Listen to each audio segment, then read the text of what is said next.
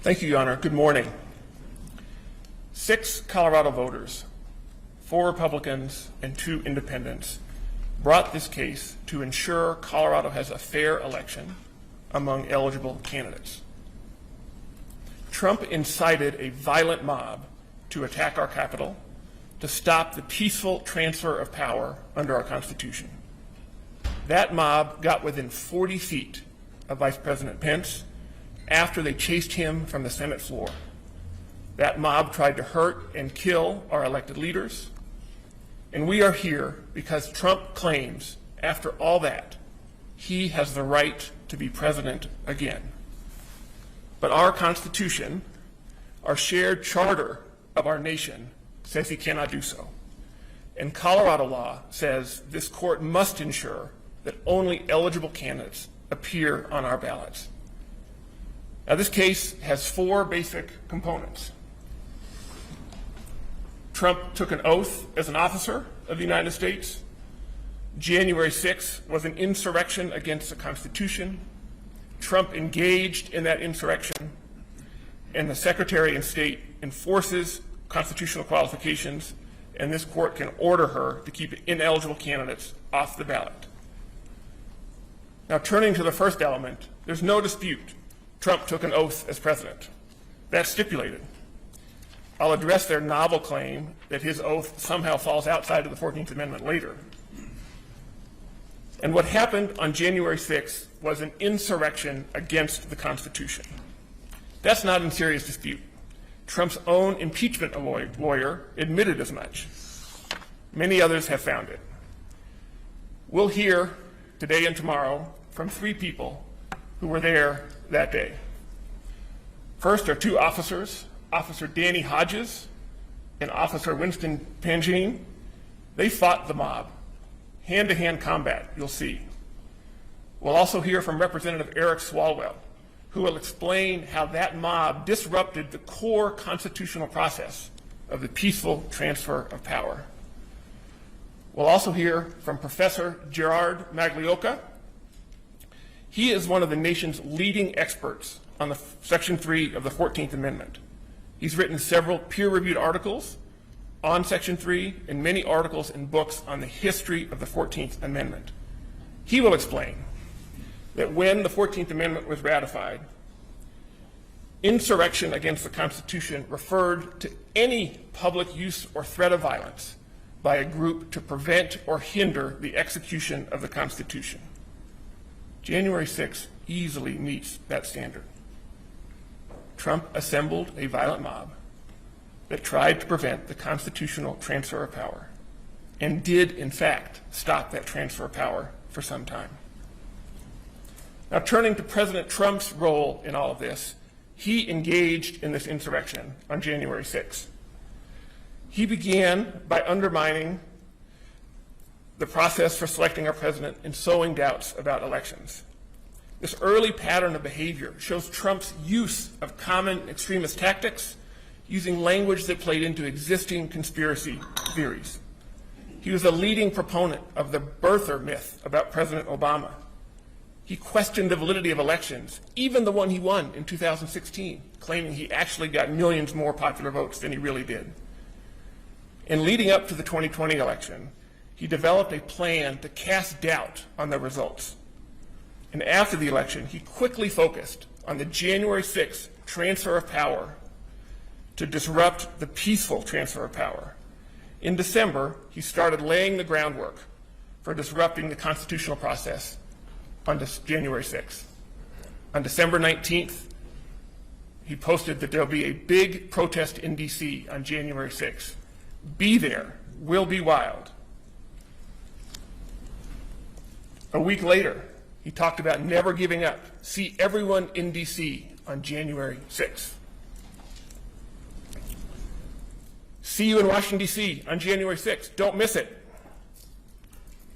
Again, see you in D.C. These tweets continued. Big protest rally. Stop the steal. We'll hear about the importance of that language later on.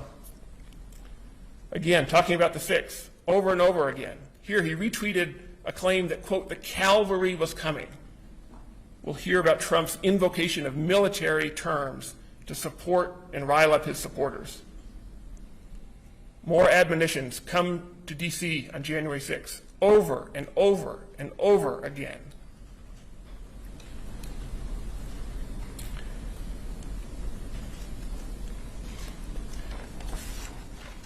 And then on January 6th, he reposted his speech. Now, in addition to this drumbeat of pleas to his supporters to have them come to Washington to disrupt the transfer of power on January 6th, he made repeated, deliberate statements to bring a mob primed for violence to D.C. on January 6th. He refused to criticize the Proud Boys, an important part of the insurrection on January 6th, in a presidential debate, and instead told them to stand back and stand by.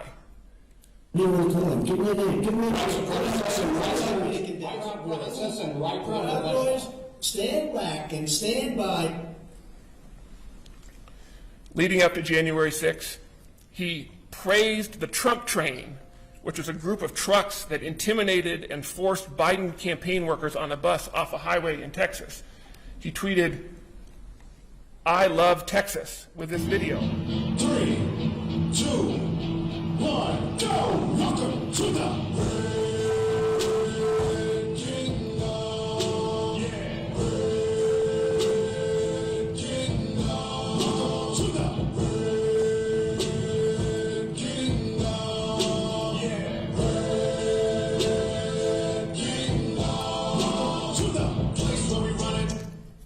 He deliberately praised his supporters that used violent techniques to intimidate political opponents. Again, leading up to January 6th, he used violent, inflammatory rhetoric. He claimed that if this happened to someone else, they would consider it an act of war and fight to the death. Right before January 5th, he started threatening lawmakers with the crowd he assembled. On the afternoon of January 5th, he said, "Washington, who is being inundated with people, our country's had enough, they won't take it anymore." And he got even more bold a few minutes later when he said, "I hope the Democrats, and even more importantly, the weak and effective rhino section of the Republican Party, are looking at the thousands of people pouring into D.C. They won't stand for a landslide election victory to be stolen." And then he identified 3 Republican leaders by name. He threatened leaders of his own party with the mob he assembled. Now, you will hear from an expert in political extremism who will discuss Trump's relationship with violence and political extremism. Professor Peter Simi has studied extremists for his whole career. He's written books, provided testimony at the January 6th committee's invitation, and he will explain how communications like we just saw and additional ones by President Trump fit into a long-standing call and response pattern that he developed with supporters, where he instigated violence and praised those who committed violence against political opponents on his behalf. Now, turning back to what happened on January 6th. Once Trump brought the crowd there, he told them to march to the Capitol and fight. Let's look at 2 portions of his speech on the ellipse on January 6th. Republicans are constantly fighting like a boxer with his hands tied behind his back. It's like a boxer. And we want to be so nice. We want to be so respectful of everybody, including bad people. And we're going to have to fight much harder. And Mike Pence is going to have to come through for us. And if he doesn't, that will be a sad day for our country. Because you're sworn to uphold our Constitution. Now it is up to Congress to confront this egregious assault on our democracy. And after this, we're going to walk down, and I'll be there with you. We're going to walk down. We're going to walk walk down anyone you want, but I think right here we're going to walk down to the Capitol, and we're going to cheer on our brave senators and congressmen and women, and we're probably not going to be cheering so much for some of them, because you'll never take back our country with weakness. You have to show strength, and you have to be strong. But I said, something's wrong here. Something's really wrong. It can't have happened. And we fight. We fight like hell. And if you don't fight like hell, you're not going to have a country anymore. Our exciting adventures and boldest endeavors have not yet begun. My fellow Americans, for our movement, for our children, and for our beloved country. And I say this, despite all that's happened, the best is yet to come. So we're going to walk down Pennsylvania Avenue. I love Pennsylvania Avenue. And we're going to the Capitol, and we're going to try and give. The Democrats are hopeless. They're never voting for anything. Not even one vote. But we're going to try and give our Republicans, the weak ones, because the strong ones don't need any of our help. We're going to try and give them the kind of pride and boldness that they need to take back our country. So let's walk down Pennsylvania Avenue. I want to thank you all. God bless you, and God bless America. Two important features of that speech we just saw. First is his focus of the crowd on the actions of Mike Pence that were shortly to happen in the Senate chamber. And second, his repeated reference to fight and urging his supporters to fight. Now, I'm sure that Trump will claim that because he used the words, quote, peacefully and patriotically later in that speech, that he did not therefore engage in insurrection. That claim is wrong at every level. He used fight 20 times in that speech, peaceful only once. Professor Simi explains how leaders use language like that, like the peacefully comment, to create plausible deniability that is just filter.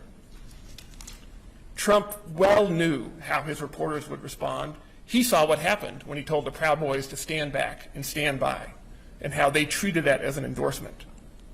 In fact, his use of peaceful in the rally, and again use in this proceeding, highlights that he knew the power of his other words. If you don't think people are going to engage in violence after what you told them, or that your words will provoke violence, you don't need to say be peaceful. They already will be. But that speech that we just saw got the crowd worked up and headed to the Capitol. I'll show you a video taken from the top of the Capitol at 2:23. You can see the timestamp in the upper left. So after the speech, the crowd followed Trump's orders and marched down to the Capitol. But as you can see from the video, much of the rally, they weren't doing much. They were just standing there. So what did Trump do right after, the minute after this video? He posted a tweet that incited the mob to violence. Again, channeling on the focus on Mike Pence he used earlier in the day. He described Mike Pence as weak and said he didn't have the courage to do what should have been done to protect our country and our Constitution. USA demands the truth. And look what happened. Instantaneously with this tweet, we see people read it in the crowd from bullhorns. They immediately started chanting, "Hang Mike Pence," and the violence began in earnest. Mike Pence didn't have the courage to do what should have been done to protect our country and our Constitution, giving states a chance to certify a corrupted set of facts, not the fraudulent or inaccurate ones which they were asked to previously certify. The U.S. demands the truth.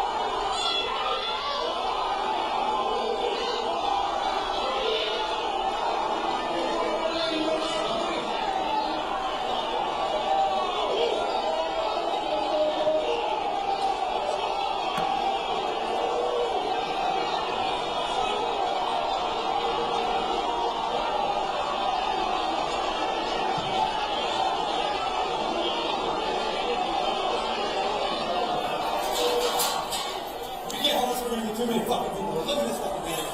Look.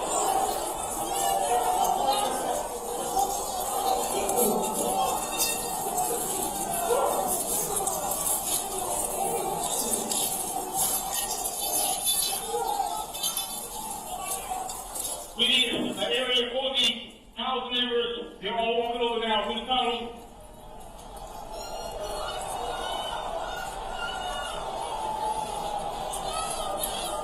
We're trying to hold the upper deck. We're trying to hold the upper deck down. We need to hold the ball in the counter.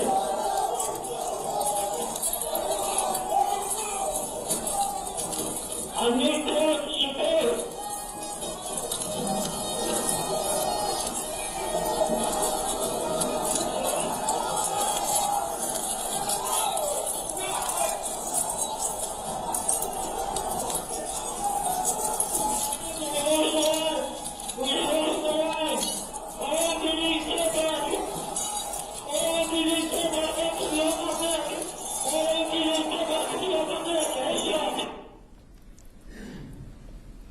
There was no possible innocent explanation for that tweet that set the crowd on fire. We'll hear later today from Officer Hodges. This is his body cam at the exact same time. You can see in the upper right-hand corner, it's 2:28. So within 5 minutes of Trump's issuing that tweet, this is what he faced.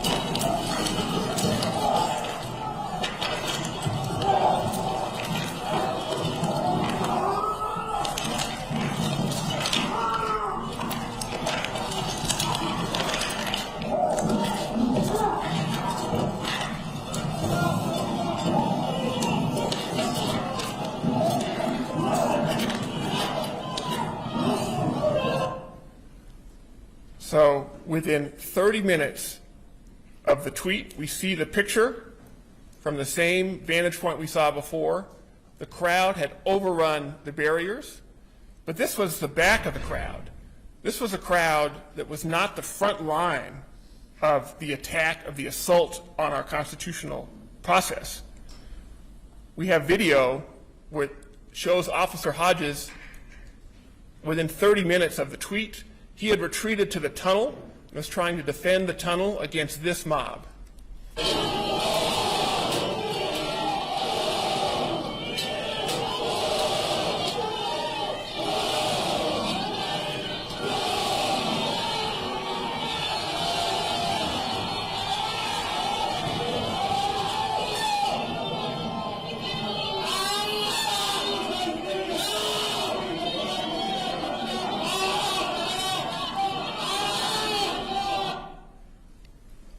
That is Officer Hodges, who you'll hear from shortly.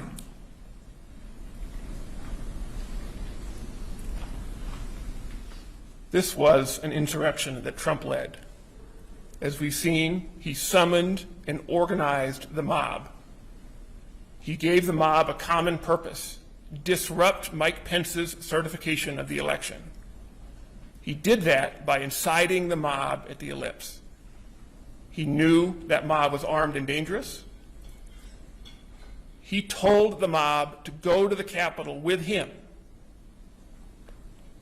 Once they were there and not sufficiently violent, he incited the mob with that 2:24 p.m. tweet and others that followed. And importantly, he helped the mob by refusing to mobilize resources to stop the attack.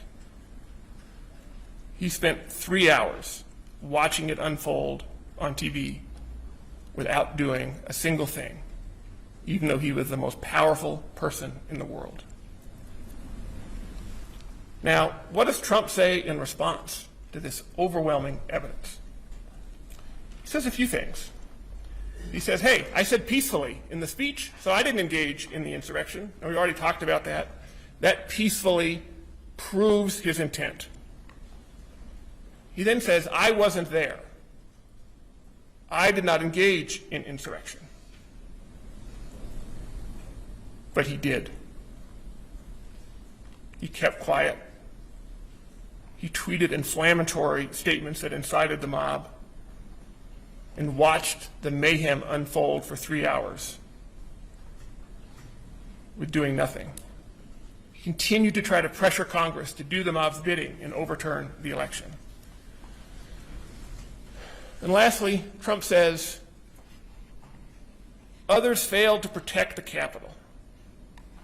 So it's not my fault. There was an insurrection. He blames others.